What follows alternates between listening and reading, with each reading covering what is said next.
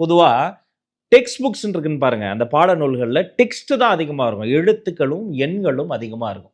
ஆனா இப்ப தமிழ்நாடு முழுக்க கருத்து கேட்பு கூட்டங்கள் நடத்தி, கல்வியாளர்கள், இந்த துறை சார்ந்த நிபுணர்கள்லாம் இருக்காங்க பாருங்க. அவங்கலாம் பகல் இரவா உழைத்து டிஎன்எஸ்சிஇஆர்டி என்ற அமைப்பு கீழ புதிய பாடநூல்கள உருவாக்கி அத நம்ம சக்சஸ்ஃபுல்லா லான்ச்சும் பண்ணியிருக்கிறோம்.